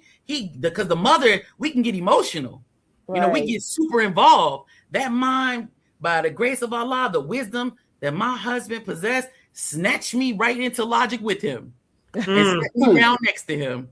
And let's look at this now through the eyes that my nature dictates. And that is what was needed. And it's so important. So if I couldn't, that's an excellent question. It's definitely something that can be a point of contention in a marriage because, there's a lot involved in that. Sometimes the parent sees themselves in a child and they don't want to necessarily correct that because they correct something inside themselves. Like there's so much that can be involved, but you have to say what is good for the child. Right. This is not about you. It's not about me. Even for the worst people, if you got children, what is for the best interest of the children? And if the father is not abusive, if the father's not a danger, you and even if he is, you of course you keep your child away, but you don't tear that man down. Right. Because the part that's in them, that child has the father's part and the mother's part inside them. So to belittle that is to belittle a part of them. So you have to be careful in your management of your children, in your management of your marriage, in the management how we communicate one another. Because if you're demeaning to the spouse with the child, because sometimes children pick up on the weakness in the union. Quick. They take advantage of it. They will sniff that out like they'll sniff it out, and it's a blessing because they'll show you where your cracks are. So you're supposed to go in and put some plaster on it, not choose a side. You put some plaster on it, we fill that up and we show you, no. Did you ask your father that? You talked to your mother about that? This is what we agreed upon. But mom, no, we agreed upon this and it is set in stone. And it's for the betterment of you and it's for the betterment of our family. And it has to be these. Children can fire up a lot of emotion in a marriage, in a relationship, and it has to be where we have to rise above emotion into the thinking of God. Otherwise, the child in the end is the one completely injured, and it can destroy your marriage. It can destroy your marriage. Praise be to Allah. Wow, excellent. I really wanted to go back and touch on being a student in the marriage. Because you're right, Sister Yana, the minister did say that. And I thought about it because this past Sunday, student minister Daniel here in Chicago, student minister Daniel Muhammad taught on the importance of remaining a student. That the Honorable Minister Louis Farrakhan even once said spouses should refer to themselves as student husband and student wife. So I really want to know, what does this mean and how do we remain a student? And even better, considered a good student, what should spouses do daily, monthly, yearly to maintain the marriage, to improve the marriage, to have a beautiful marriage? What should they do if they're good students? In one thing that comes to mind immediately is you never stop. That's a lifelong journey. It's not like, oh yeah, I've studied 42 years, I'm done. No, that's you're 42 years into the study, because a good student is, the minister said it, I don't have a perfect quote, but he talks about it in Closing the Gap on the attributes of a good student. And that a good student is always found practicing what the teacher has put before them. So the mate is what the teachers put before you. That's the one person, yourself and your mate are the two that you're spending the most time with.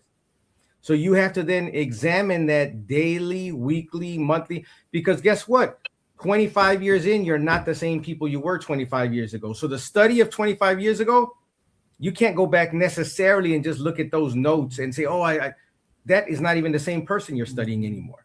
So you have to now, you have to keep accumulating knowledge and information, keep assessing, keep analyzing, keep correcting, keep trying to fix and figure out what is the solution, because what worked 10 years ago may not work today.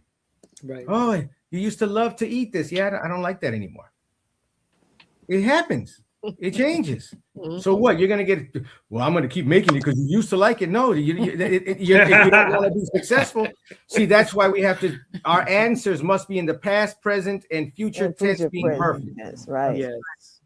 What worked yesterday, it shows us we have to remember what got us to the point where we remember that as successful, and then understand why today it's no longer successful. Because that will give us a glimpse into why tomorrow we'll have to revisit this again, because it's not constant. Nothing is forever but Allah.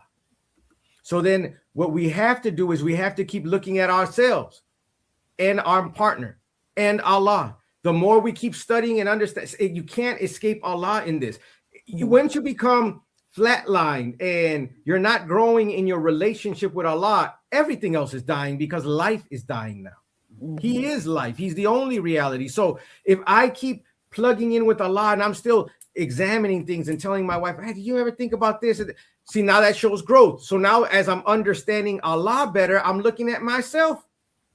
Look at this. Now I'm discovering new things about myself. As I'm doing self-discovery, now I turn to my wife with new eyes and a new mind, and I'm discovering aspects of her which she might not have been aware of yet. Right. So we help one another, and I'll say, hey, babe, did you ever think about this? It could be about personal, it could be about economics, it could be about children, it could be about politics. All of it is evolving and growing. So as we have these communications, it helps us to grow with one another.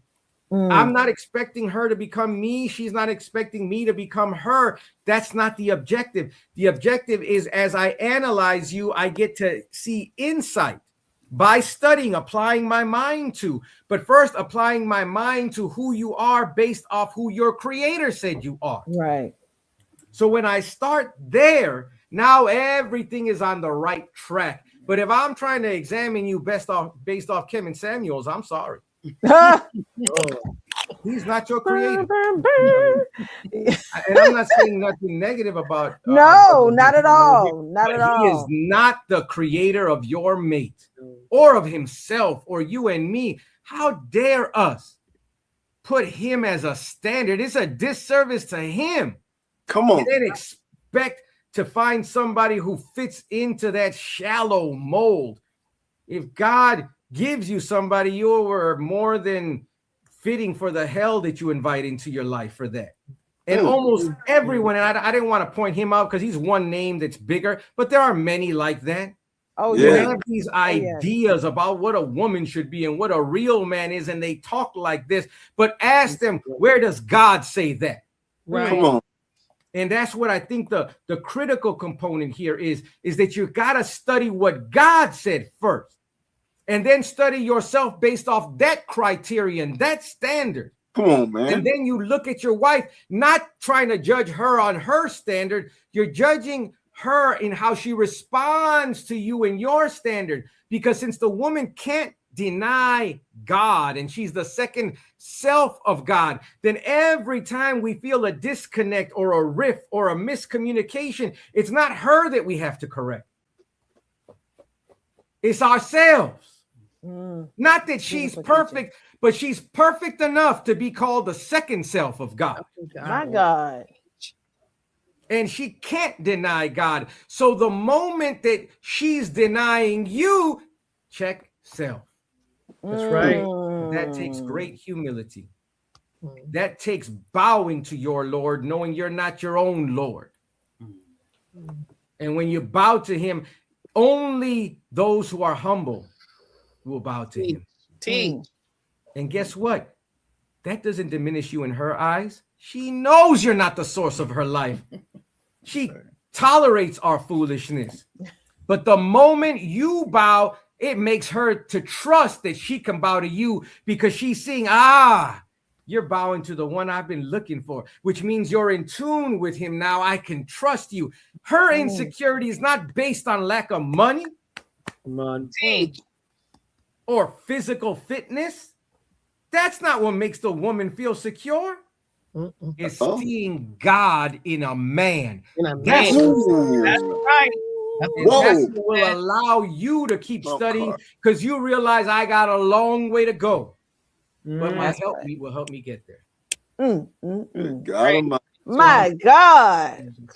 Yeah, I was I got to cut on the ceiling fan. I'm trying to find a remote for the ceiling fan. Yana had one more. I just wanted to add please add it, please. While I get the remote. Ask kind of like, what does that look like? And one of the things that came to my mind when we say like student husband, student wife, what does that look like? Well, sometimes when we use these languages, when we come into the marriage, we immediately assume you are the maintainer. Yeah. You already know how to meet me emotionally. You know how to meet me physically. You know how to meet me mentally. You know how to meet me economically. When we expect that, come on, you ain't felt the pressure of a woman who already think you're supposed to be there. Come on. Oh, yeah. You learned that in F1 class? Wait a minute. You know everything. You haven't felt the heat of a woman that has the expectation that you are those things, okay? Right. And so, if you think that we are already in these roles, we already do these things perfectly. Because that's when I say husband and wife, is saying, I am there, right? No, you're not there. You have to learn how to be there. We are practicing how to be there. We are going to mess up a whole bunch of times along the way. But when you have the mind that you are not there, when we are courting, we are looking for the manifestation that you say you are what you said you were. In the context of, you got to know who you are.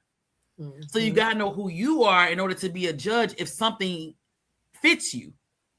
So you gotta know who you are, and then once you know who you are, now the courtship process is figuring out if you're the mate Allah sent to me, and if you're the complementary mate for me.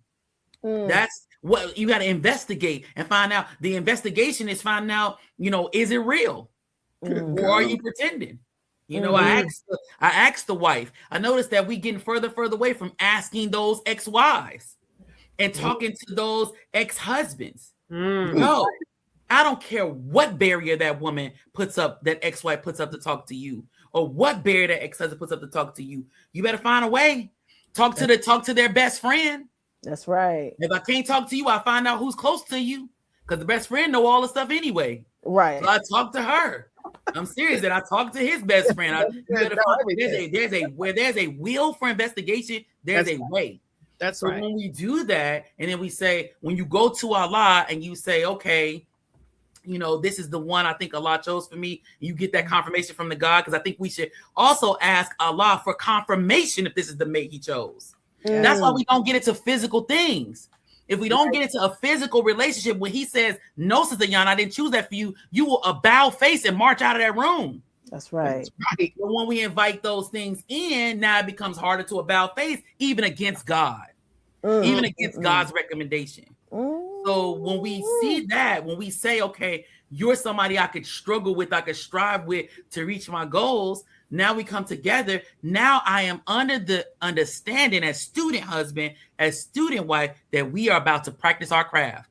And just like with any practice, you're going to mess up a whole bunch of times till you get it. And it's a lot to check off in our role. It's a lot to check off in these duties.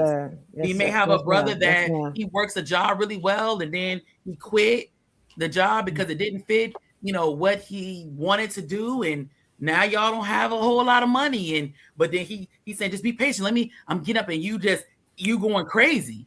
Right. You're supposed to be made. You're supposed to be. You're supposed to be. Wait, you are practicing to be that. So what's your plan? What we doing? What we doing right now? Right. You know, dang, sister, I didn't ate at McDonald's 3 times this week. Ain't there no week? I'm not it ain't regular. There's no regular meals on the table. Well, when you gonna cook regularly, sister? Well, maybe not McDonald's, but you know, Yeah, right. Yeah. Keep it real. Keep it real. Keep it real. Mike to the dollar. McDowell. That's all wrong. That's all wrong. McDowell. He getting a veggie burger from Smashburger. Right. There you go. Thank you. And he understands though. Wait, I got a student wife. She's practicing this craft to serve somebody else outside herself. You know, that's not easy to take on some people. Or you know, she's learning how to maintain a home. And let me tell you something. I want to say this about time because I learned something about myself and others when I talk to others about time. We say things like, well, we've been married 10 years. He should have learned that by now. We've been married 20 years. He should have learned that by now. That's like a drop in the bucket. If the Quran says you don't even attain your maturity till you 40, and we don't learn how to live till we in our 70s. Right. Y'all, we're in our 40s and 50s, and we've been married 25 years. Y'all babies. Your baby. Exactly. That said, stop putting those time slots on there. Like he ain't got it. It's some things we got to overcome to get to certain places and spaces. Right. It takes time. We need stability. We need practice. We are living in Satan's world of a 6,000 year hell. That is not going to disappear. So that's what it means, like student wife, student husband. If we take down, it's a painful place to be up there, and I have not earned up there. That hurts on both sides. And then we divorce because you're not up there. And then you not up there, you ain't there either. Right. That's the thing. You're not there either. Right. Your mate is a reflection of your choices. That's a reflection of you. Right. So the stuff you're looking at him or her cross-eyed over, you might find that in yourself if you peer inside. Right. And that's why you can't take it. No. So that's exactly it. Exactly. You don't want to face it and you're running. And that's one of the reasons I think we have to be very careful when we do divorce, when we get to that place. Yes. Allah permits it, but he hates it. He hates it. Yes. Yes. So he hates the swine, but he permits it because it has a purpose in this 6,000 year cycle. It was made for medicinal purposes. Many times we forget that because there would be an era we're living in that we would need something like that. Maybe Allah permits divorce in this cycle of time because we would need it to relieve some of the pressures and tensions and some of the illnesses that we have because of the society we live in. But I think it's really important to remember this part of it too, that as we are going through life and we are picking and saying, oh, I picked wrong, I did this wrong, I quit, I'm starting over again. It's always critical that we in particular as religious people, people who believe in God, people of faith, always go back to God to assess what you did. If you do not do that, you're going to create and keep recreating these cycles. My God. Unfortunately, in the society we live in right now, there's not a lot of positive alternatives. So we feel like, well, I got to try it again. Yeah, but don't try the same thing again. Right. It didn't work the first time. It's not going to magically work the second time. Right. So sometimes we do have to make sure that we're studying. This is a key aspect of this. Looking at yourself, looking at the person you're choosing. Why am I choosing them?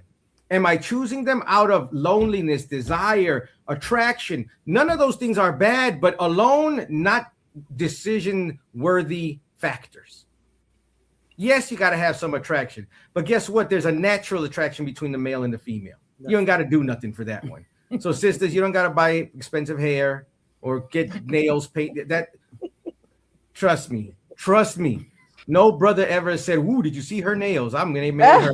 No brother, I don't know who you all do that for. It ain't for us. None of us is doing that. There might be some fascination with the hair, but not the nails. So save your money. Get clean. Just keep it clean. Keep it clean. I say it jokingly, but it is really trivial at the end of the day. When you look at the things that we make important, in the long run, they are trivial. Why did you get married? Well, hey, I know that it's another reason compounding things, but no, brothers are, oh, she just, if the only issue is that she don't look the best when you come home, that's not why you're getting divorced. That's not the real. Oh, she don't look like that. She gained weight. She got too skinny. She don't dress up. She don't clean up anymore. That's not the reason for the divorce. Come on. It may be an extenuating circumstance. Come on. There's something else causing it. And I always try to be fair. But in truth, it's the man who has to accept the responsibility for the condition of the household. Why? Because we're the maintainers and protectors. Yes, Not yes, her. sir. That's right. Her job is to console.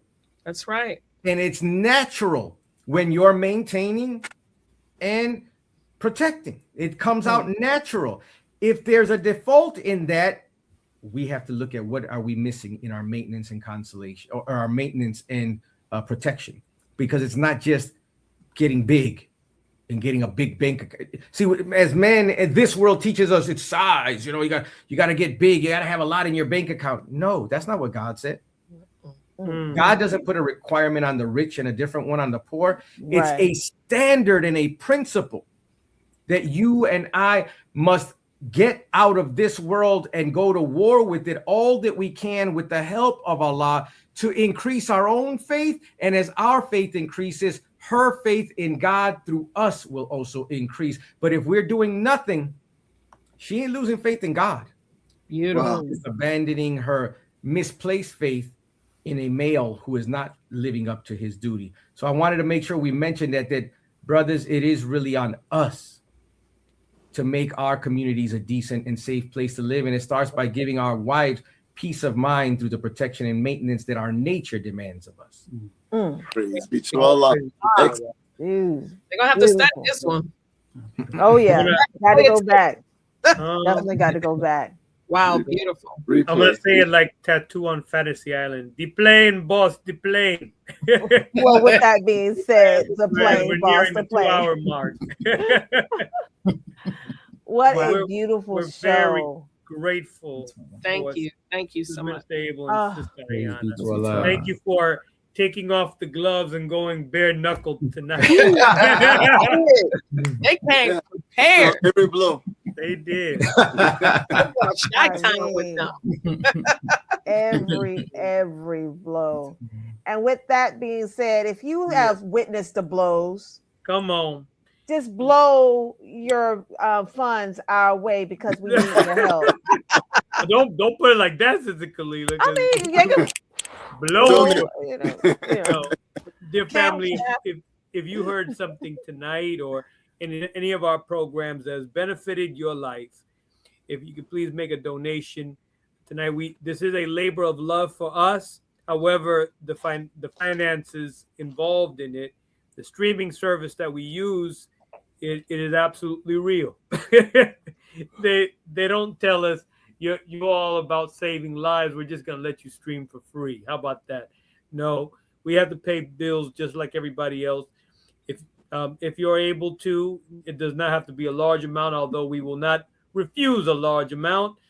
Please, dear family, make a contribution tonight so that we could continue these beautiful and awesome programs, all geared towards saving lives and the saving of marriages and the saving of family, which is a cornerstone of nation. That is absolutely saving lives. So may Allah continue to bless you all and your families. Thank you for your support. Praises be to Allah. And Jumar, please visit our website, the nation's website at www.noi.org to study and practice our Jumar prayer, which is our congregational prayer. Please, please, please. You talk about a hammer? Mhm. Brother Abel Tomorrow, be putting 2 p.m. hammers. Eastern, Boom, boom, boom, boom, boom. 1 p.m. 1 I'm p.m. telling you. Central. Oh my God. Look, my best friend be talking about Juma prayer. That's a Lincoln. I was like, God, so rude. But that's our alarm clock, right? So That's praises right. be to Allah. Please, please, please tune in to Juma Prayer in addition to our Sunday lecture, the same website, www.noi.org. And may Allah continue to bless you all as I greet you, as I leave you in the greeting words of peace in Arabic language.